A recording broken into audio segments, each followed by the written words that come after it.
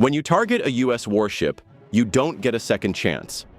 At exactly 200 hours local time, January 14, 2024, the calm of the Red Sea is shattered.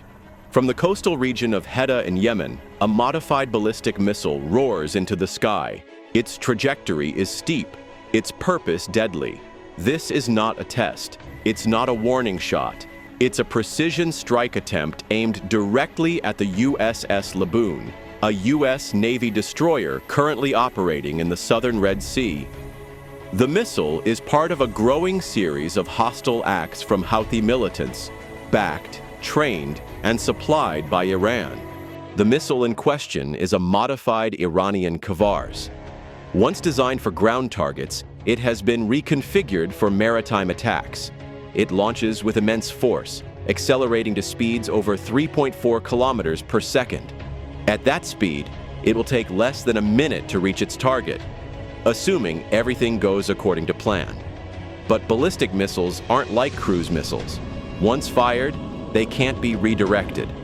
Precision depends entirely on guidance systems and luck. As the missile climbs to altitude, it locks on to preset GPS coordinates. Those coordinates were not selected at random. Intelligence reports suggest that an Iranian surveillance vessel in the Red Sea had been silently tracking Laboon's movements, passing along targeting data to Houthi forces. This coordination underscores a grim reality. While the missile may have been launched from Yemen, its eyes and brain come from Tehran. Without Iranian assistance, the Houthi rebels would be lobbing these missiles blindly into the ocean. Deep underground, 2 miles from the launch point, Houthi technicians sit in a concrete reinforced bunker. Surrounded by screens, they monitor the missile's telemetry, relayed via encrypted channels. One of the men, a veteran of many launches, watches intently. He's confident. This time, he thinks, the Americans won't have time to react. But what he doesn't know is that the missile's inertial navigation system has already started to drift, just 0.5 degrees off course. At launch, 0.5 degrees seems insignificant, less than a blink. But over a distance of nearly 200 miles, even that small angular error adds up fast. The missile is now on a path that will ultimately veer several miles off target. In modern warfare, this is the margin between glory and failure. And worse, this particular missile doesn't have terminal optical or radar seekers that can correct for error. If it misses for good. Aboard the USS Laboon, conditions are deceptively peaceful. The ship is barely moving, just 3 knots, almost idling through the sea. Why so slow? It's not caution, it's practicality.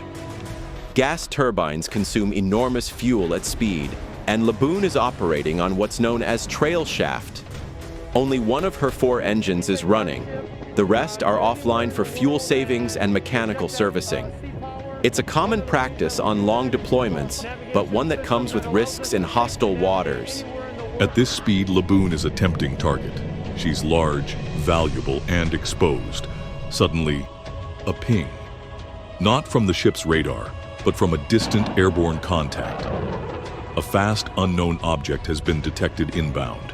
It's outside the range of Laboon's own radar, thanks to atmospheric distortion and curvature of the Earth. But it's coming, and it's fast. High above the conflict zone, a U.S. Navy E-2D Hawkeye aircraft is already airborne. This plane isn't a fighter, it's a flying radar station. Its massive radar array is designed to scan wide sectors of ocean and airspace from altitudes of 27,000 feet. Within seconds of the missile's launch, the Hawkeye detects its heat plume and trajectory. The data is instantly relayed via secure Link 16 networks to the USS Laboon, giving the crew just enough warning to respond.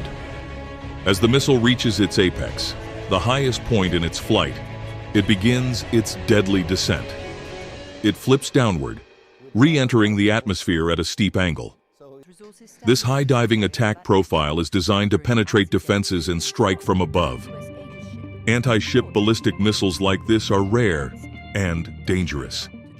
Their speed and angle of attack make them extremely hard to intercept, but they also rely heavily on targeting data being correct.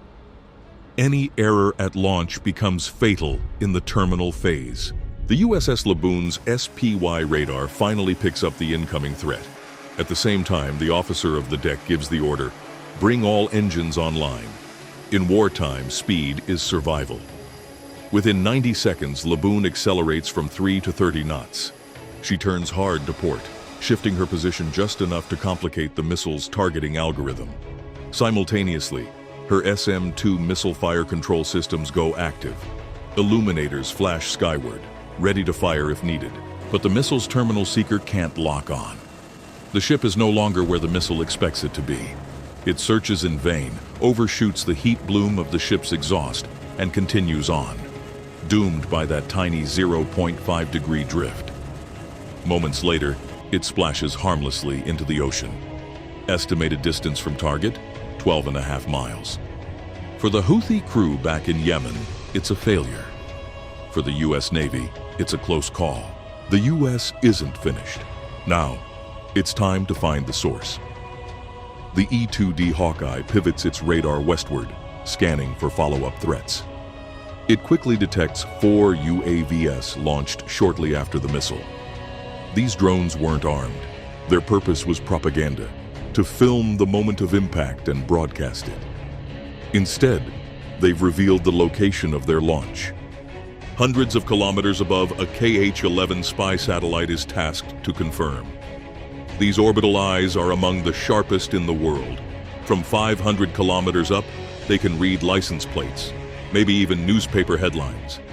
The satellite confirms it. A mobile launch truck, a command shelter, a radar vehicle, and a makeshift UAV pad, all within the same vicinity. Within minutes, the U.S. Navy prepares a counterstrike. On board the USS Eisenhower, flight crews are scrambled.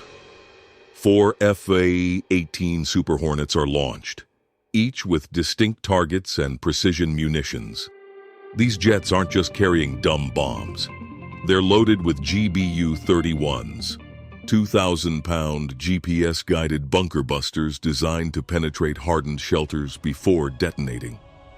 As the Hornets approach, their FLIR sensors confirm visual IDs. The radar truck is active. The command post is lit up. The launcher is tucked behind a civilian building, but that won't save it. Using encrypted comms, the pilots coordinate their runs. Each target is hit in rapid succession. The bunker collapses inward. The radar truck explodes in a fireball. The UAV pit is turned to rubble. Within minutes, all 4 targets are neutralized. The drones are down. The missile site is gone. No civilians are harmed. And the USS Laboon sails on, untouched, undefeated. In this new era of naval warfare, you don't wait to get hit before hitting back. One shot, one chance. And this time, the U.S. Navy came out on top.